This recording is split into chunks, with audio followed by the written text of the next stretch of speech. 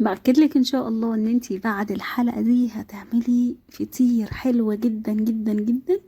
الفطير هنا يا جماعة طعمه بجد خطير في حتة تانية خالص. انا من وانا صغيرة وانا بعمله انا وماما على طول. بس بنعمل الفطير اللي هو بيتفرد على ترابيزة كبيرة وبنفضل يعني نورق فيه كده ونمسكه بحيث انه يبقى مورق معانا خالص. طريقة الفطير دي مختلفة وسهلة جدا جدا، يعني اي حد مبتدئ هيعرف يعملها، سهلة جدا جدا ونتيجتها فعلا ممتازة. ويلا بينا نشوف الطريقة. وقبل ما ابدأ في الفيديو ما تنسوش تشتركوا في القناة ولايك وشير لو عجبكم الفيديو. ويلا بينا على طول ندخل في الحلقة بتاعتنا. جبت نص كيلو دقيق وحطيت عليهم معلقتين سكر بالظبط، وحطيت رشة ملح. ودلوقتي هنزل عليهم بالمية. بس انا عادة ما بمشيش بالفطير خالص بمقادير، يعني ايدي بالنظر كده وايدي يعتبر ميزان. ف يعني احنا متعودين على كده انا وماما من زمان، لان هي اللي معلماني الفطير. وهنا حطيت نص الكوباية الباقية.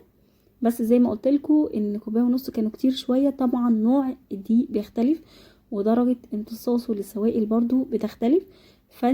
انا عايزاه يكون فيه تلزيقه بسيطه والعجينه هتكون مظبوطه معاكي جدا جدا. هنفضل نعجن فيها لغايه لما العجينه تبقى لينه معايا وفيها سنه تلزيقه بسيطه.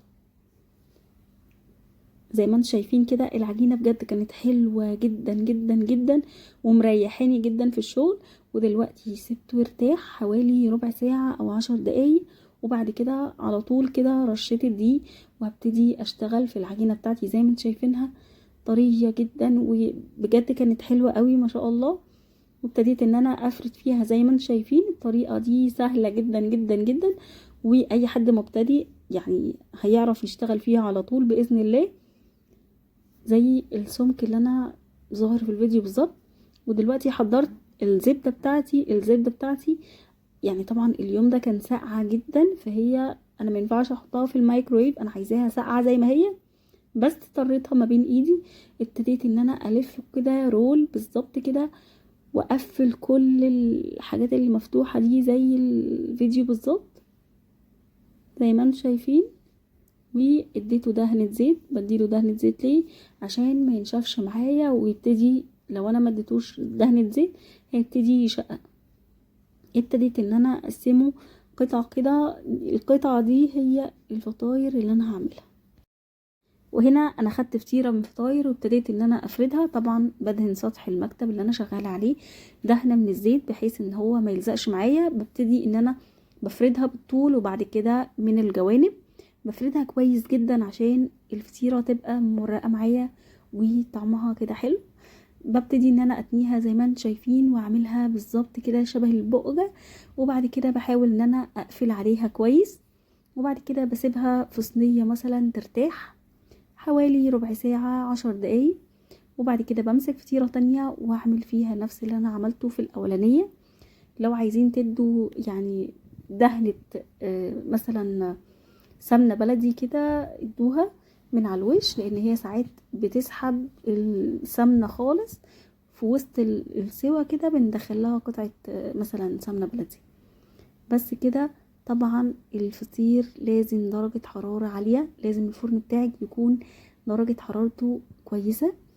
اما بالنسبة للطاسة النار بتكون متوسطة، لان هي لو عالية هتبقى محروقة. بس كده. بالنسبة للتسوية على اعلى درجة حرارة في الرف اللي تحت خالص. ده بالنسبة للتسوية. طبعا انا بعد ما بعمل الفطير بسيبه برضو يرتاح تاني عشان هو بيرجع يكش. فانا بسيبه يرتاح وبعد كده بشغل الفرن وبعد كده بحط الفطير. وكده انا سبت الفطاير ترتاح. ابتديت ان انا افرد بيهم بالنشابة او بايدي عادي مش هتفرق. يعني دي كده واحدة عملتها في الطاسة. عملت 2 تقريبا في الطاسة وطبعا على نار هادية. وابتديت ان انا اغطي الفطيرة اول ما يعني بتنتفخ معايا كده ببتدي ان انا اقلبها على الوش التاني. واخر حاجة ما تنسوش الفطير بتاع الفرن ما ينفعش يكون رفيع. الفطير لو رفيع تاني يوم هتلاقوه ناشف جدا جدا ومش هتعرفوا تاكلوه خالص. فيستحسن تكون الفطيرة معقولة حتى لو هي صغيرة بس ما تكونش رفيعة. كتير الفرن بالذات بينشف جدا لو رفيع، لازم درجة الحرارة تبقى عالية بس كده. وكمان الطاسة بتكون ناره متوسطة، اول ما بينتفخ بنبتدي نقلبه. بس كده، بتمنى الحلقة تكون عجبتكم، واشوفكم تاني في فيديوهات تاني، وسلام عليكم.